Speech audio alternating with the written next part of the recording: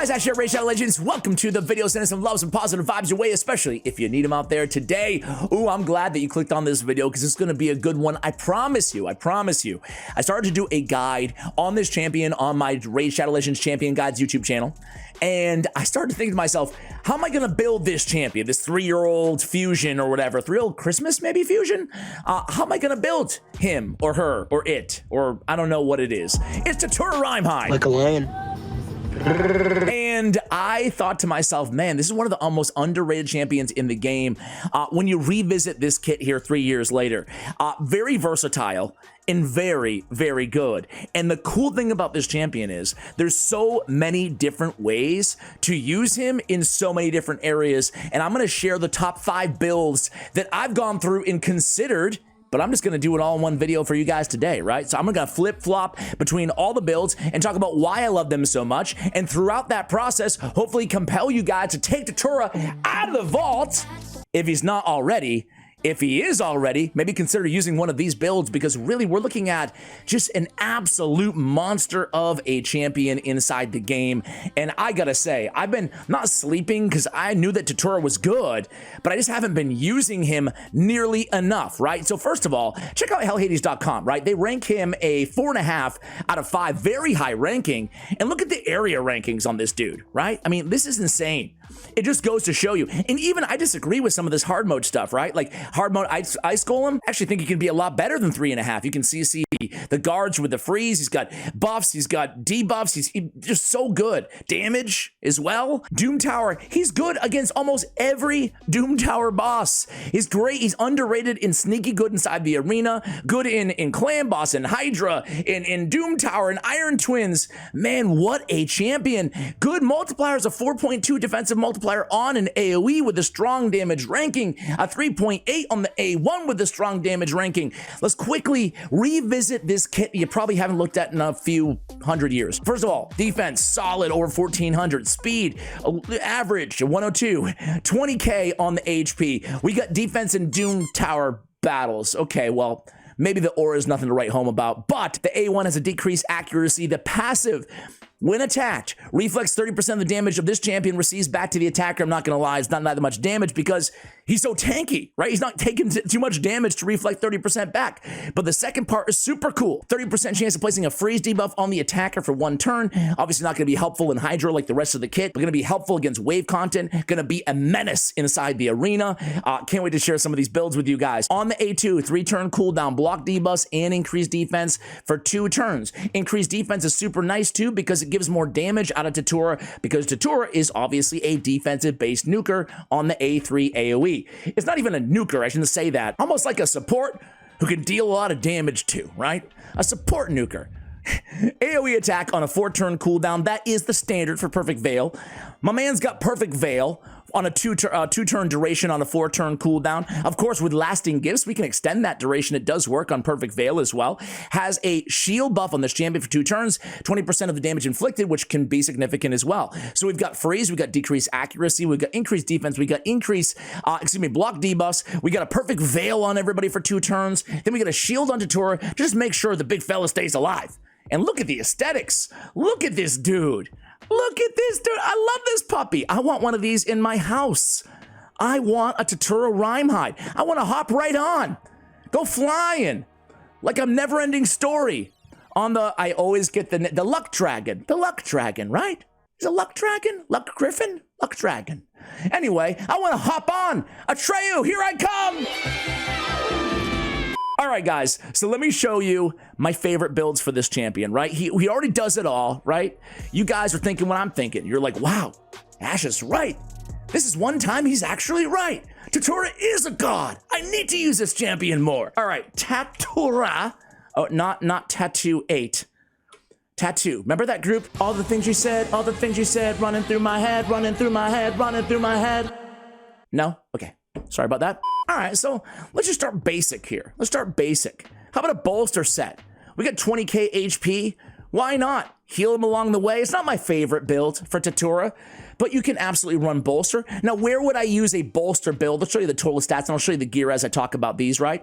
Where would you use a bolster set on Tatura? Well, you can basically use it anywhere. You still get the heal as well. Nice, kind of a 10% heal every turn, so that lasts forever. You get the 3-turn protected shield. You could absolutely use a bolster set inside the arena. You could use a stone skin inside the arena as well. Heck, you could do a 4-4. 4 pieces of stone skin if you had the accessories, and a 4-piece bolster, and it's just going to be an absolute tank of a champion, right? Supporting your team and staying alive. Nice little build for the arena, right? Also can work in other areas because of the heal.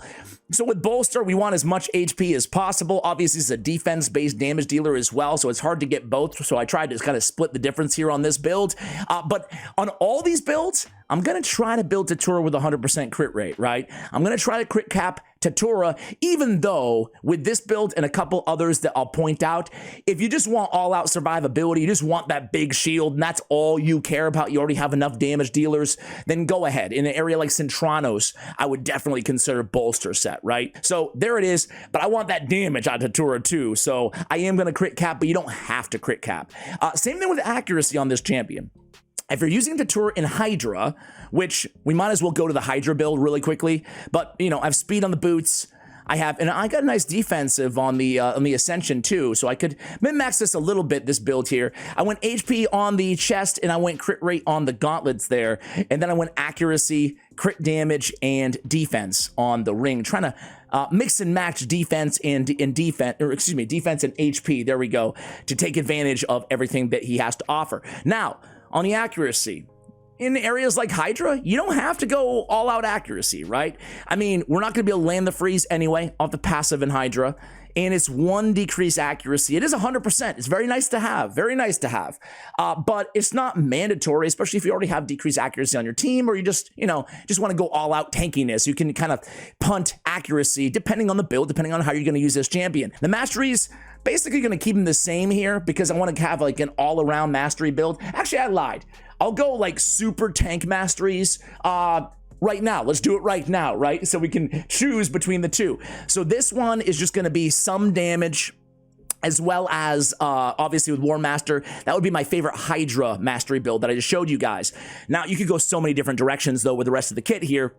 You can add a little bit of HP. You can add a little bit of accuracy depending on what you need. But let's go defense tree, right? Let's go extra defense. Let's go blast proof, mitigating AoE damage. Let's go resurgent. Resurgent, one of the most underrated masteries inside the game. Let's come down and go.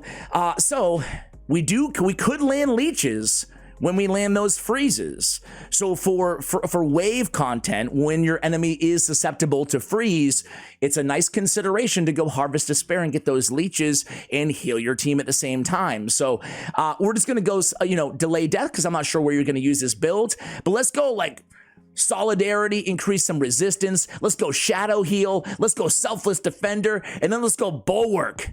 Can see where I'm going here. Maybe some of you out there. You can go Cycle of Revenge to get that turn meter increase, or we can go with Retribution to counterattack and get the decreased accuracy. I'm going to go Cycle of Revenge. So what am I doing right now? I'm building a super tanky build for Tatura. He has that shield on the A3, so we can take advantage of that. And I'm going to go to my favorite tanky build in just a moment here, so stay with me. Sure, Exalted Death, why not? Let's go Rapid Response. Absolutely, there's buffs all over the place. We're going to get turn meter increase off Rapid Response.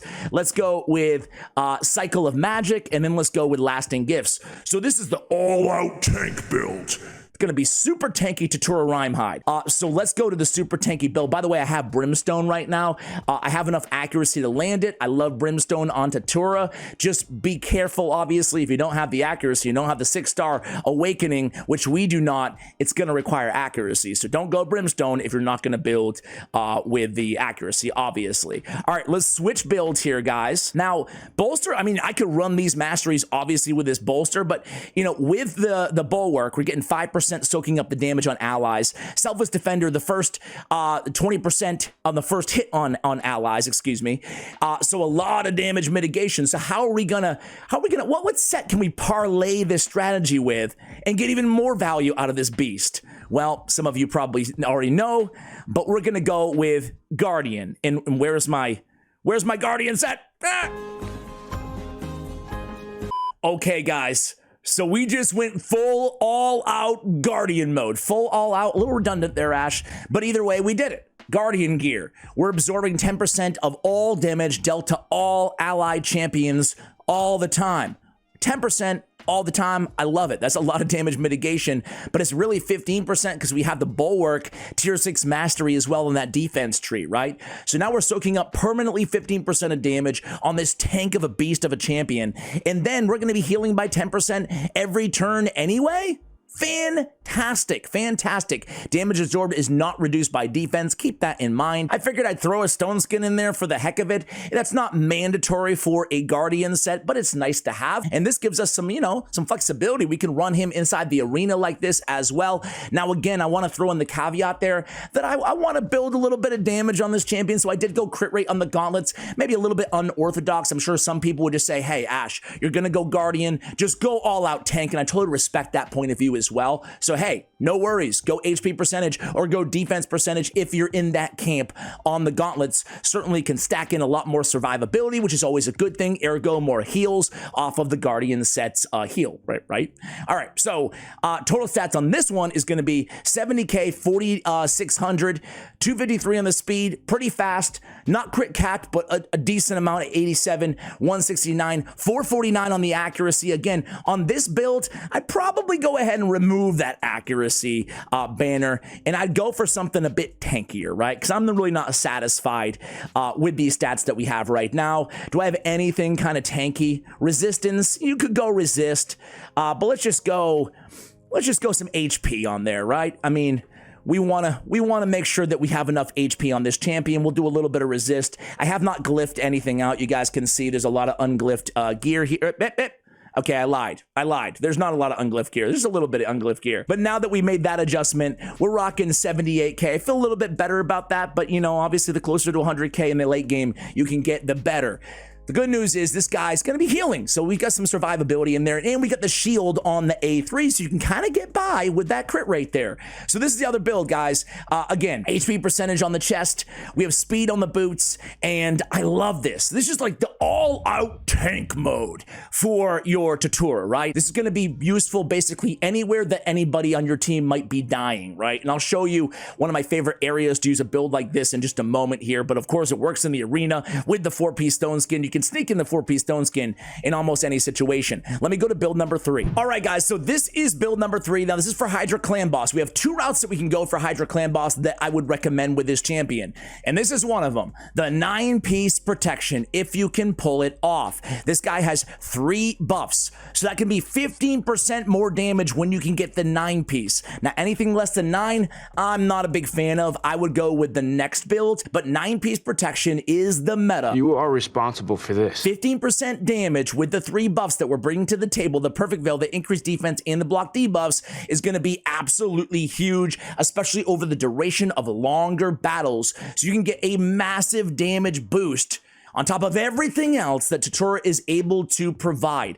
Personally, if I'm gonna go to Hydra, especially if I can build enough speed, and you can see I'm going all out speed, that way I can get back to those buffs and keep that uptime on those buffs as long as humanly possible, because the faster Tatura is, the more damage bonus out of the 9-piece that I'm getting throughout the duration of the Hydra battle, right? So we want to go all out speed on the 9-piece protection. I've done that here, and this is my favorite build for Hydra Clan Boss on Tatura, but don't worry if you don't have the 9-piece protection yet in the High Elves, because I got you covered. That's right, it's good old Relentless gear. So good old Relentless, I do have some Supersonic on there. I would have to make some changes here. I just noticed that I have an attack percentage on the chest.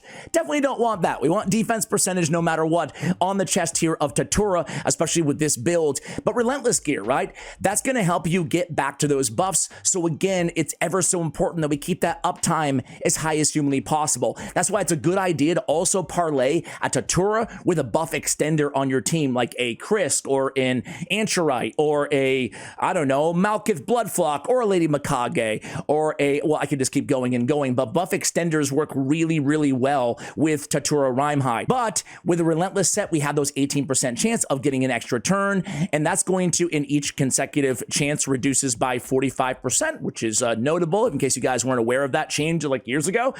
but that's going to allow us to get back to these skills a little bit faster. Thus, with speed and relentless, able to keep those buffs up even longer on all of our allies. Just a word of caution though, that's going to give us extra turns to strip away those buffs and every other buff on this champion. That is the unfortunate downside of relentless gear. But relentless, after a 9-piece protection, is my second favorite build for Hydra clan boss on this champion. All right, last build. All right, guys, so this one is super fun. I made a whole video on this set combo, but of course I had to include it. It's Frost and Frostbite.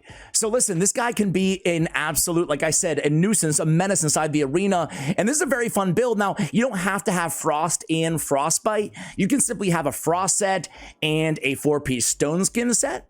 Or you can have a Frostbite and a 4-piece Stone Skin set. Those are great alternatives as well for the arena. But what we're doing is we're already playing on that passive, right? A 30% chance to place the freeze on the attacker anyway.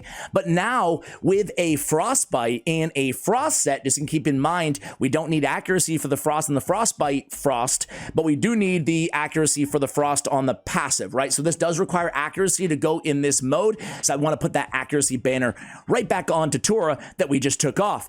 But this build can be so much fun, not just inside the arena, but really against wave content. A really formidable CC option for you guys because we have, again, 50% chance or 10% chance to place a freeze off the Frostbite, 20% off the Frost set. That's 30. We get another 30% chance to place a freeze on the Glimmerhide passive. So man, that's really, really annoying. Now on this set, you could probably go with a tanky build as well if you wanted to. Guys, I've shown you now my 5 favorite builds for Tatura Rhymehide. Let me show you how it all started here, right? We went into Curse City. It was this double boss, the hardest double boss in the game in Soul Cross on hard mode, and I just kind of ran this team, and man, this is when I started to fall in love again with Tatura, right? I wanted to get myself a Tatura. This is when I started to have those fantasies about riding Tatura.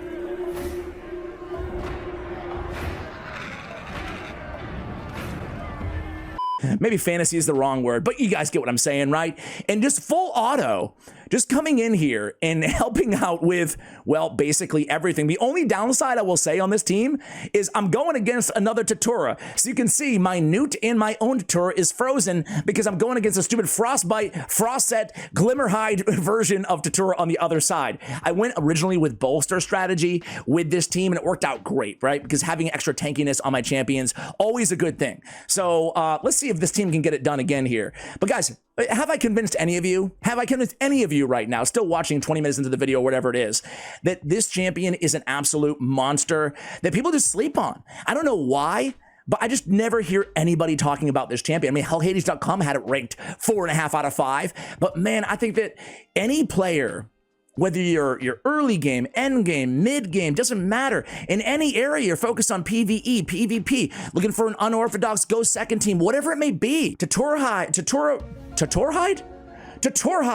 can be the answer for you guys. So we've stabilized things. You can see we're placing that decreased accuracy against the bosses. You love to see that as well. Decreased accuracy, one of the most underrated debuffs, and we've got it 100% on the A1, right? Really effective. This team makes these double bosses look super easy, and honestly, they're not. Loranithil, Helikath, Tatura. Obviously, Tatura, all these champions are defense-based, right? Except for Loranithil. So we're getting extra damage off of everybody because of the increased defense as well, right? So much utility, so much value in those 3 buffs and the passive. It's just like basically plug and play this champion anywhere that you want to, right? Easy, easy. All right, let me just show you a real quick arena battle. Let me know, by the way, what you thought of this video format. The 4 of you still watching right now in the video, I would love to know. This is kind of an all-out disrupt team. Uh-oh, I screwed up though, because UDK is naked right now. UDK is naked. Oh, sorry. Yeah, I just find clothes restricted. Hopefully I have a preset all ready to go.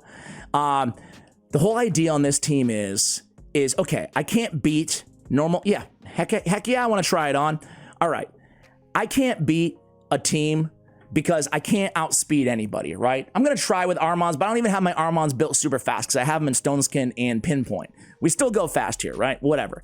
But look at this team. It's the most annoying team of all time. Now, on this particular build, I do have the Frostbite and the Frost on Tatura. Normally, I would actually put that on UDK, right? Even with the bombs. I'm not going to kill my team with those bombs. You might be able to do a little bit of damage, but not enough. We're going to kill you first. There we go. Boom. Man, you can get by a lot when you think, if you can't beat people in the arena, guys, you got to think, if you can't outspeed, if you're going against a bunch of whales, you got to think outside the box, right? They can't take a turn and beat you if they're perma-frozen. So you might not have all these champions, right? All right, guys, I found a team super, super fast.